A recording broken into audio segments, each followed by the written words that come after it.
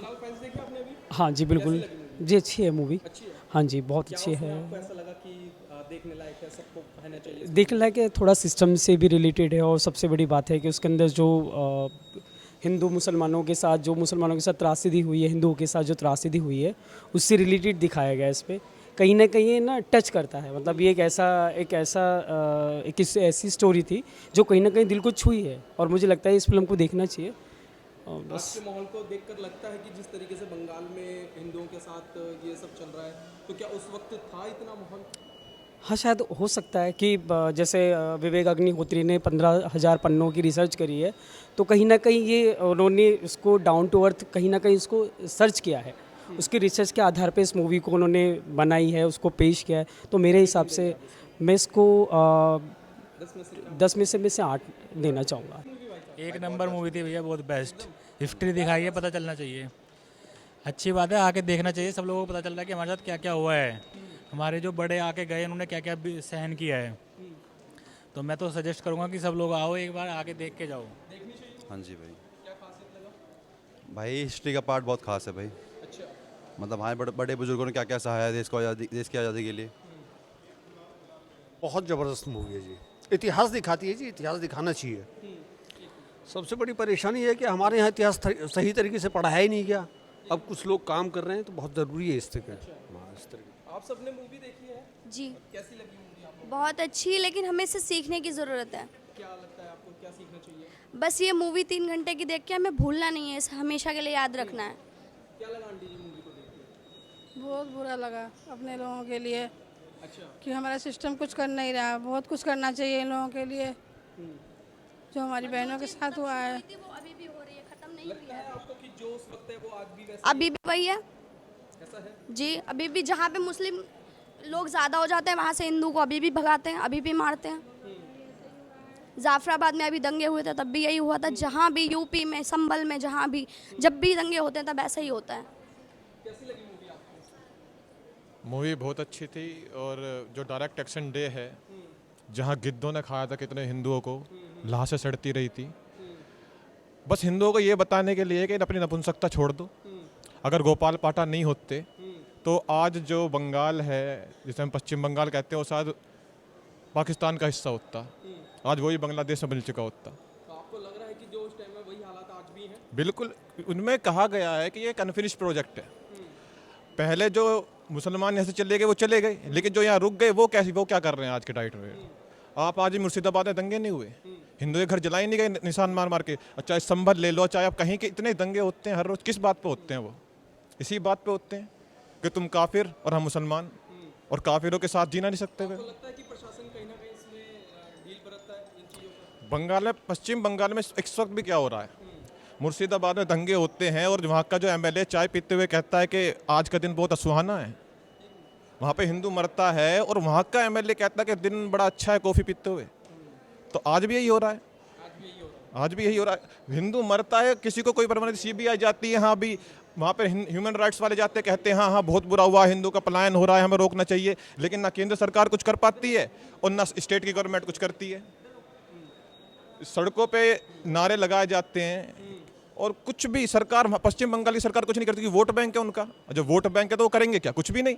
बस वो ममता बनर्जी से उनके वोट बैंक कहते हैं कि ममता बनर्जी कुछ भी नहीं है, वो हमारे वोटों से जीतते तो हमारी सुनेगी और हम जैसा हम चाहेंगे वो वैसा करेगी ममता बनर्जी कोई औकात नहीं है सीएम के लिए। वहाँ का मुसलमान वोटर इस तरह से कहता है तो हिंदू की क्या औकात है जब सीएम की कोई औकात नहीं उनकी नज़रों में। ये फिल्म देखने के बाद अब ये महसूस होता है जैसे देश में हालात हैं कि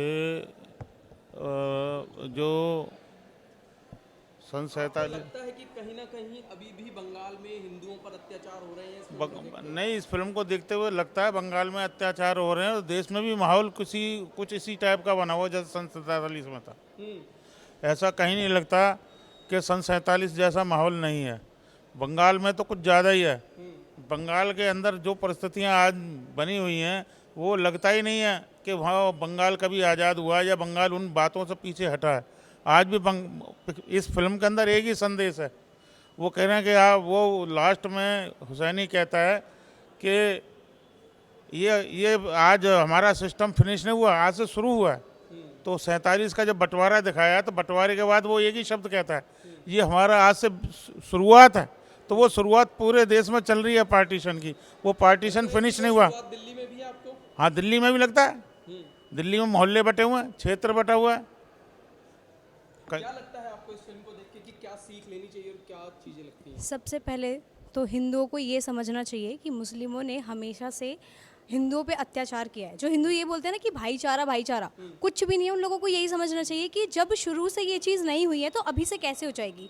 बहुत से हिंदू मतलब कभी भी हिंदू मुस्लिम एक हुआ ही नहीं है, क्योंकि मुस्लिम ही नहीं चाहता कि हिंदू मुस्लिम एक हो, क्योंकि हिंदू उनके लिए काफ़िर है, तो एक हो नहीं सकते। हिंदू हमेशा चाहते हैं कि हिंदू मुस्लिम एक बन के रहें, भाईचारा निभाएं, लेकिन मुस्लिम कभी नहीं चाहता कि वो एक रहें। वो हमेशा उनको मारने काटने, जिस भी प्रकार से वो मार रहा है, लव जिहाद फैला रहा है, उनको किसी भी तरीके से मार रहा है, उनको मार रहा है। बस वो यही चाहता है कि ये जो भारत है वो एक मुस्लिम राष्ट्र बन जाए। लेकिन हिंदू भी चाहते हैं कि हिंदू राष्ट्र बने। हिंदू चाहता है, लेकिन हिंदू के अंदर वो एकता नहीं है। अगर कहीं पे 4 मुल्लों की लड़ाई हुई होती है आपस में, और फिर उन्हें पता चल जाता है कि कहीं पे हिंदुओं से लड़ाई हो रही है, तो वो चारों एक हो जाके एक होके आएंगे उस हिंदू से लड़ने।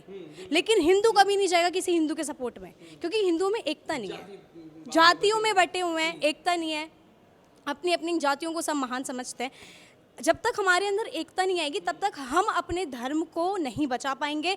और हिंदू हर रोज़ कट रहा है, हर देश में कट रहा है, हर राष्ट्र में कट रहा है, हर स्टेट में कट रहा है, चाहे वो बंगाल हो, यूपी हो, बिहार हो, दिल्ली हो, चाहे वो लव जिहाद के मामले में कट रहा है, चाहे वो सर तन से जुदा के मामले में कट रहा है। हर प्रकार से हिंदू कट रहा है। लेकिन फिर भी हिंदू जो हमारे आजकल का यूथ है वो कहते हैं कि भाईचारा बनाओ।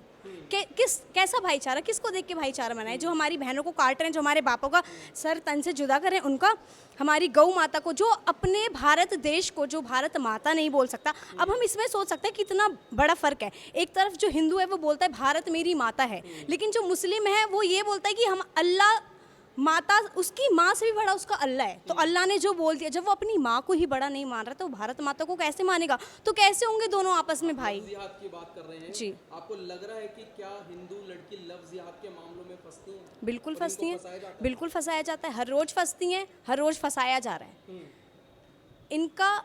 मैं खुद ये चीज़ मैंने बाय फेस देखी है, अपने नोन में देखी है। एक 13 साल की बच्ची को हमारे ही एक एरिया के मुस्लिम ने डरा धमका के उसको फंसाया कि अगर उसने उससे बात नहीं करी तो वो उसके बाप को मार देगा, उसके भाई को मार देगा। उसने डर के जैसे भी इंस्टा वगैरह पे बात की उससे। फिर उसको बाद में जब हमें ये बात पता चली, हम 4 लोग इकट्ठा हुए, हमने इस पे आवाज़ उठाई, उसके अगेंस्ट आवाज़ उठाई, तो उस मुल्ले की माँ बोलती है कि हमारी मस्जिदों में ये सिखाया जा रहा है, हमें पैसे दिए जा रहे हैं। और अभी मैं आपको बताऊं, मैं रोज़ मंदिर जाती हूँ, जिस एरिया से मैं आई हूँ उस मंदिर में रोज़ छोटी बच्ची आती है, मुस्लिम है वो वहाँ से प्रसाद और पैसे उठाने आती है वैसे तो मैं उससे पूछती हूँ तू मंदिर क्यों आती है, तू तो मुस्लिम है ना? तो फिर वो बोलती है हाँ, लेकिन मेरे को पूजा करना अच्छा लगता है। क्योंकि वो बात बना रही है, सिर्फ वो आती प्रसाद उठाने और पैसे उठाने, क्योंकि बहुत लो क्लास फैमिली के होते हैं, इनकी 10-10, 12-12 बच्चे पैदा कर देते हैं, खाने बनाने की औकात नहीं होती तो कहीं भी छोड़ देते हैं, कहीं से भी खाते हैं वो। तो फिर मैंने उसको ऐसे ही पूछा, अच्छा ये बता मुझे वो नमाज पढ़नी मैं कैसे पढ़ूँ? तो उसने बोला तुम नहीं पढ़ सकती क्योंकि तुम हिंदू हो, तुम तिलक लगाती हो। मैंने अच्छा तो मैं हिंदू तो मैं क्यों नहीं पढ़ सकती? कह रही क्योंकि हराम हो जाएगा, हमारे अल्लाह को ये पसंद नहीं है कि कोई तिलक लगा के वो पढ़े। मैंने अच्छा लेकिन हमारे भगवान तो बहुत अच्छे हैं, देख तू हमारे मंदिर आई है, इधर को कुछ नहीं हुआ, किसी ने कुछ नहीं कहा। फिर मतलब वो बच्ची सिर्फ 8 और 9 साल की होगी, उसकी मानसिकता देखो, उसके मस्तिष्क में ये चीज़ पैदा होते ही इनके यहाँ ये बता दिया जाता है कि तुम मुल्ले हो। और आज की बात है, मैं वीडियो दिखा सकती हूँ मैं आपको, मैंने वीडियो बनाई थी। एक लड़का था मंदिर में ही छोटा, क्योंकि वो लड़की मुझे रोज़ मिलती है तो मैं उससे बात करती हूँ कि क्या क्या जहर घोल रखा है भी से इनके अंदर, मैं उसको जानने की कोशिश करती हूँ। तो एक 8 साल का 9 साल का ऐसी लड़का था, मैंने उसको बोला तू क्या है? उसने मुझे अपना नाम बताया कि मेरा नाम भोला है। मैंने उस लड़की को बोला तू क्या? उसने बोला मैं मुस्लिम हूँ। तो फ़र्क देख रहे हैं हम मानसिकता में, अभी से कितना दोनों की एज एक ही है, लेकिन जो मानसिकता है इनकी वो कितनी अलग है। वो अपना नाम बता रहा है, उसको पता ही नहीं है कि हिंदू मुस्लिम क्या है, और उसने नाम ही नहीं बताया, वो सीधा मुस्लिम बता रही है।